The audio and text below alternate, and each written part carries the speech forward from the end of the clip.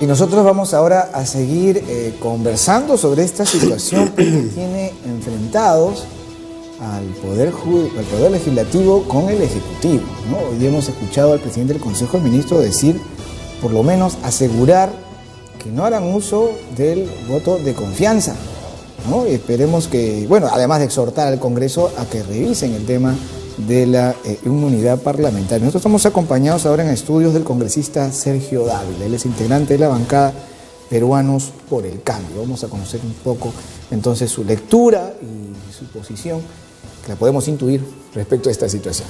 ¿Qué tal, Reinaldo? Gracias por estar con nosotros. Buenas noches, gracias por la invitación. Bueno, cuéntenos, ¿cómo ve usted este panorama que se nos ha presentado en las últimas 48 horas?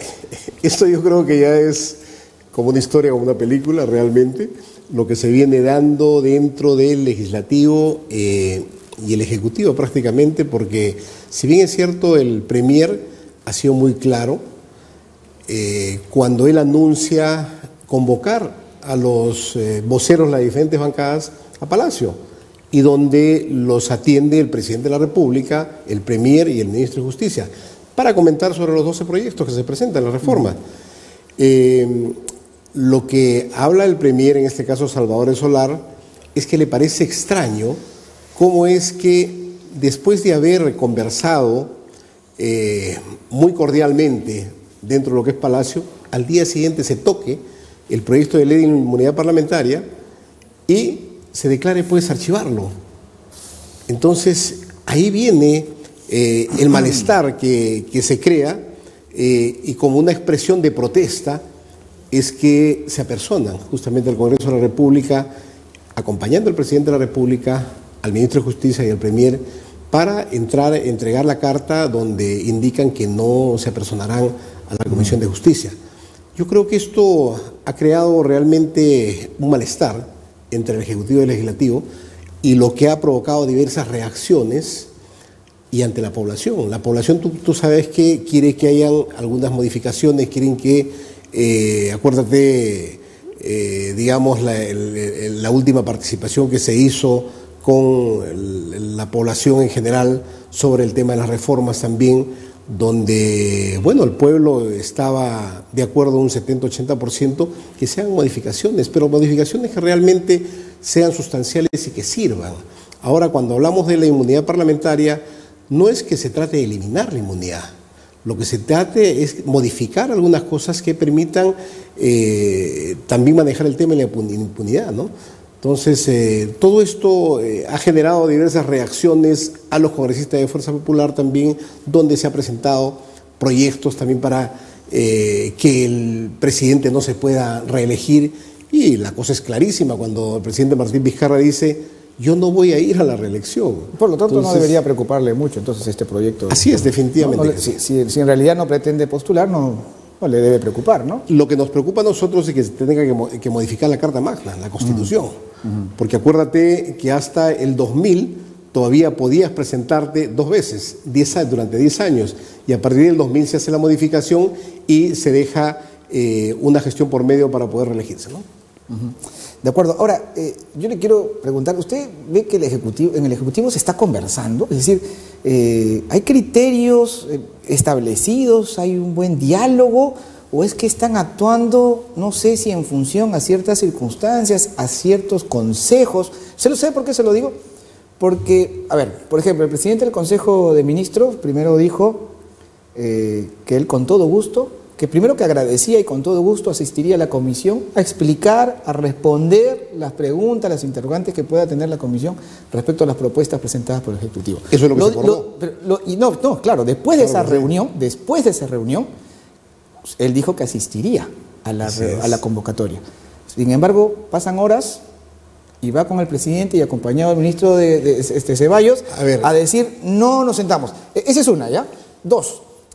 Ahora el ministro Ceballos sale diciendo, ante la pregunta, van a poner esto en voto de confianza en un medio de comunicación, y el ministro Ceballos dice: bueno, eso es constitucional, que de hecho lo es, y si es necesario hacerlo, si la circunstancia así lo presenta, lo haremos, ¿no? Ahora el presidente del Consejo de Ministros está diciendo: no lo vamos a hacer. ¿Están dialogando? ¿Quién está aconsejando ahí? Yo creo que es una posición del ministro de Justicia explica prácticamente que está contemplado dentro de la Constitución, pero eso no significa que se va a hacer.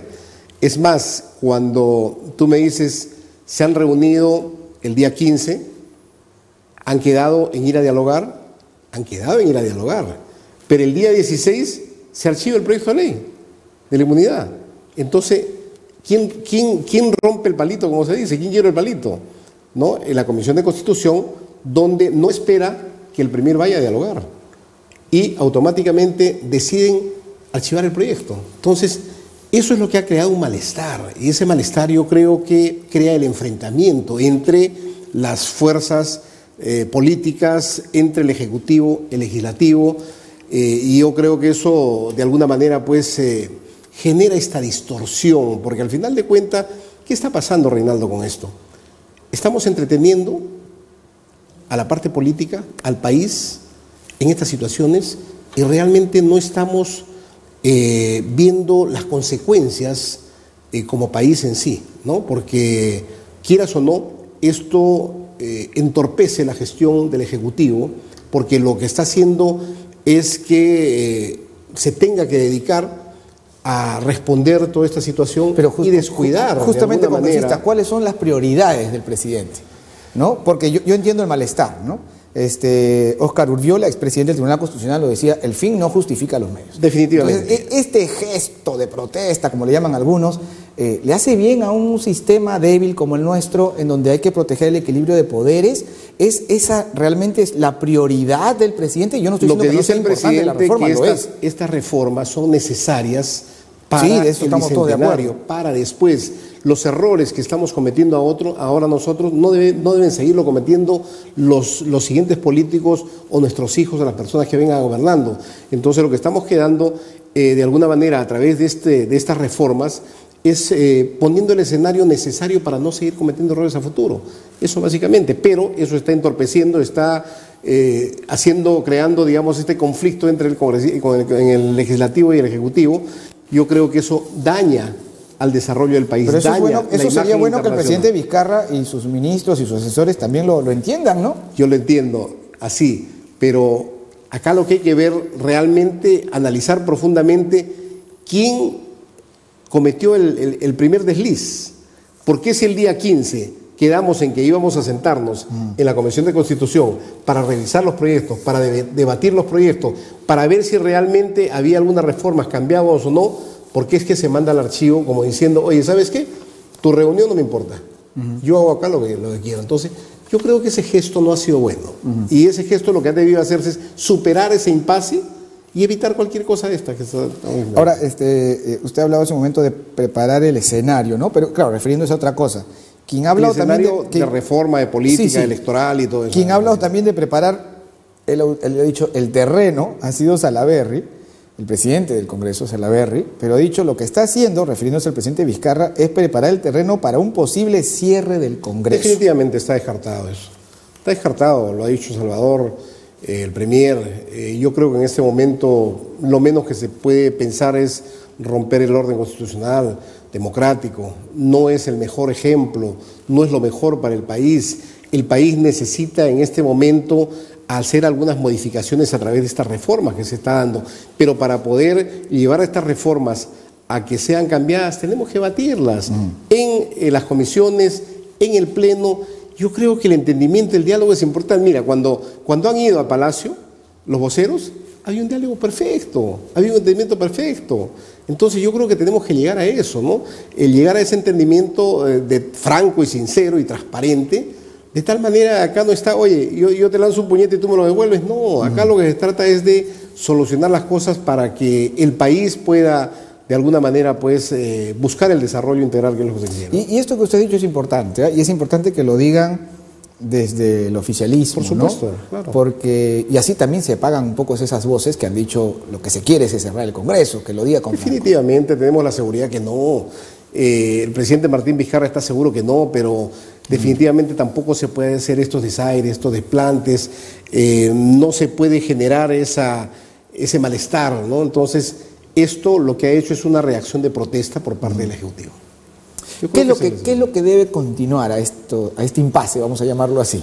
¿Qué es lo que debe pasar de inmediato? Mira, yo ando desesperado, por ejemplo. Yo en la mañana estuve reunido con algunos políticos, algunos amigos, y veíamos cómo es la queja de la población, qué es lo que dicen, qué es lo que opinan. Dicen, no, el Congreso solamente se dedica a pelear con el Ejecutivo. Esa es la percepción de la gente. ¿No es al revés? ¿Cómo? Permítame, es una reinterpretación de lo que usted y sus amigos han pensado, porque yo más bien creo que la gente, o ya mucha gente está empezando a pensar que el presidente se dedica a pelear. Yo creo que tienen que entenderlo de alguna manera.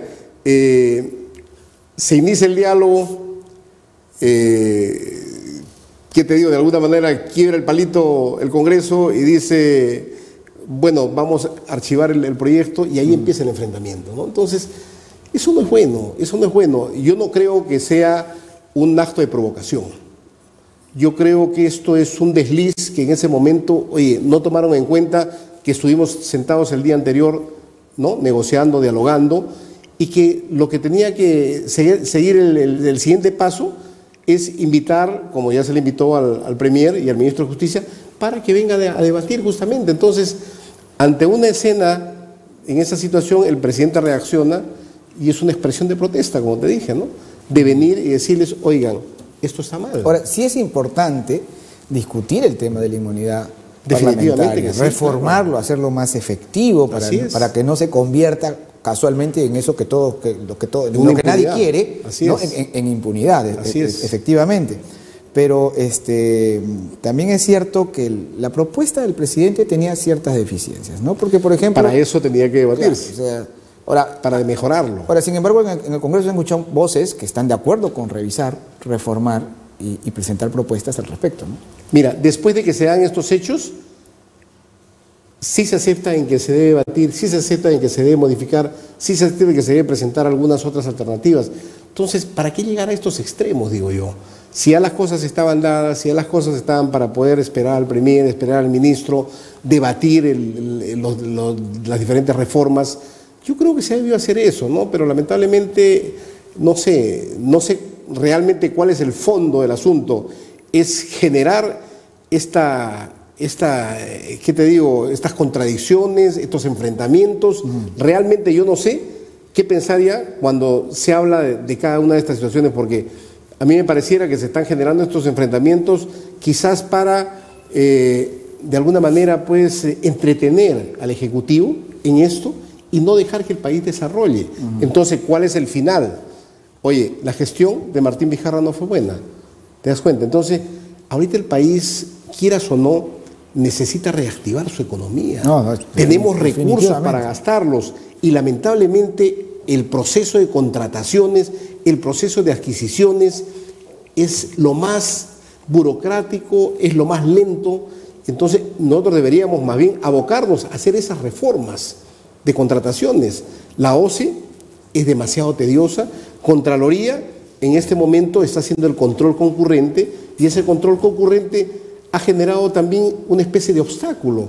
Hoy día el Ejecutivo ha presentado un proyecto de ley, no sé si te has enterado, para que se apruebe algunas reformas que permitan viabilidad y agilizar el gasto público. Al final, ¿qué logramos? Que los gobiernos regionales, que las municipalidades tengan plata y al final de año no puedan gastar. Primeramente porque tenemos un cambio de autoridades, tanto regionales como provinciales y distritales, y que recién están empezando a conocer lo que significa una gestión pública. Hay muchos alcaldes... ¿Usted cree que ese es uno de los elementos por lo cual estamos todavía ahí menos, el carro no arranca? Definitivamente, y cuando tú haces cambio de funcionarios muy seguido, tampoco tienes el equipo necesario para lograr la continuidad. Es un error a veces cambiar de un momento a otro y continúa cambiando. Entonces, cuando estamos sufriendo este cambio de los gobernadores regionales, de los alcaldes, yo estoy seguro que este año no va a ser un año exitoso en lo que es gasto público, en lo que significa gobiernos regionales ni locales, porque recién están empapándose de lo que significa una gestión pública. Por eso deberíamos más bien ahí sí hacer modificaciones para los que participen como candidatos en gobernadores regionales y alcaldes tengan algún currículo, alguna curricular en el sentido de que tengan algún tipo de experiencia o capacitación por lo menos en lo que significa gestión pública. Okay. Y no quiero que nos gane el tiempo y dejar de preguntarle sobre el programa de televisión, que se ha hecho famoso, el programa de su colega. Con la congresista Jenny del Cantón. Así es. Definitivamente yo creo que tenemos que tener un poco cuidado. El hecho de pertenecer a una mesa directiva, el hecho de pertenecer a una bancada que está inmersa dentro del Congreso de la República como es Fuerza Popular, creo que tenemos que evitar ese tipo de enfrentamientos. Todos tenemos las mismas posibilidades de poder participar en el Congreso de la República, en el canal de televisión, pero tampoco podemos exagerar, ¿no? Exagerar y sobre todo... No es lo mejor, ¿no? No es muy elegante que no es muy elegante la tercera tratar vicepresidenta que tiene a aprovechar cargo, diga, los recursos que se tiene a la mano, claro, ¿no? Claro, los congresistas son mucho más. Tenemos que tener equidad en todo para poder participar todos. En todo caso, mira, yo del año pasado, que no he podido ni siquiera me entrevistan a veces. ¿Cuántas veces usted ha sido entrevistado en el canal de Congreso? Bueno, últimamente no muy seguidas. Sí me han entrevistado, pero no es una situación constante y permanente donde debería estar de alguna manera el canal entrevistando a cada uno de los 130 congresistas. ¿Usted diría que hay algunos congresistas que tienen cierta, no sé, presencia? Bueno, en todo caso, cierta prioridad, ¿sí? Cierta preferencia, pero no me quejo por mí, ¿no? Porque yo soy entrevistado por otros canales, pero sí debería haber una igualdad en cuanto, si es un canal del Congreso, claro, deberían entrevistar a los 130 congresistas, ¿no? En diferentes aspectos, ¿no? Llámese temas políticos, llámese tema de sus regiones, llámese tema de sus semanas de representación. Hay muchas cosas que se pueden compartir con los congresistas y dar a conocer al país de acuerdo al canal en el Congreso. ¿Y usted sabe algo sobre el caso Yajaira? Yo creo que son especulaciones, definitivamente. No, bueno, la congresista ha dicho... Y Yajaira, en este caso, ha salido a desmentir. No, es que claro, la congresista ha dicho, ya lo ha dicho, la congresista Vilca Toma, que no tiene nada que ver con... Lo que pasa es que la Yajaira más conocida, más famosa del Perú, es la señorita La Salsera, ¿no? Exnovia del futbolista. Pero entonces todo el mundo pensó en Yajaira Plasencia, pero la misma congresista ha dicho que no se trata de la señorita Yajaira Plasencia. Y claro, habló de Yajaira, habló de un hotel, entonces ya la imaginación... Oye, ¿qué pasó? Ya empezaron a volar, ¿no? ¿Qué pasó con el presidente? Me imagino que le habrá generado un problema ahí con su señora. Yo creo que no podemos llegar a situaciones de estas. Pongámonos que tenga alguna... No, la congresista ha dicho que es otra cosa. Yajaira no tiene nada que ver con la señorita La Salsera. Eso lo ha dicho ahora la Sí, la yo sé. Usted no tiene ni idea de qué se trata. No podemos llegar a esos temas, a unas situaciones personales donde querramos, ¿qué te digo?, desacreditar la imagen presidencial. Definitivamente. Yo creo que eso es muy bajo. Y eso, para la imagen del país, sigue siendo una cuestión burda, sigue siendo una cuestión de de seguir creando enfrentamientos, y yo creo que lo que más bien nosotros deberíamos actuar es de manera positiva para buscar el desarrollo y generación de empleos en el país y que nuestra economía reactive y que todos los inversionistas tengan que venir aquí al país a poder invertir. Acuérdate que el Perú, es un país que tiene muchas condiciones positivas en los diferentes sectores, en minería, en agricultura, en turismo, en pesca. Y eso tenemos que explotarlo y no lo estamos explotando. En julio se renueva la mesa directiva. Por supuesto, claro. Ya algo está pasando dentro del Congreso. Bueno, ya se están especulando cosas, ¿no? Yo creo que en la última semana de junio ya las cosas deben estar un poquito más claras, y para fin de julio, 26, 27, imagino que ya estará presente la nueva mesa directiva.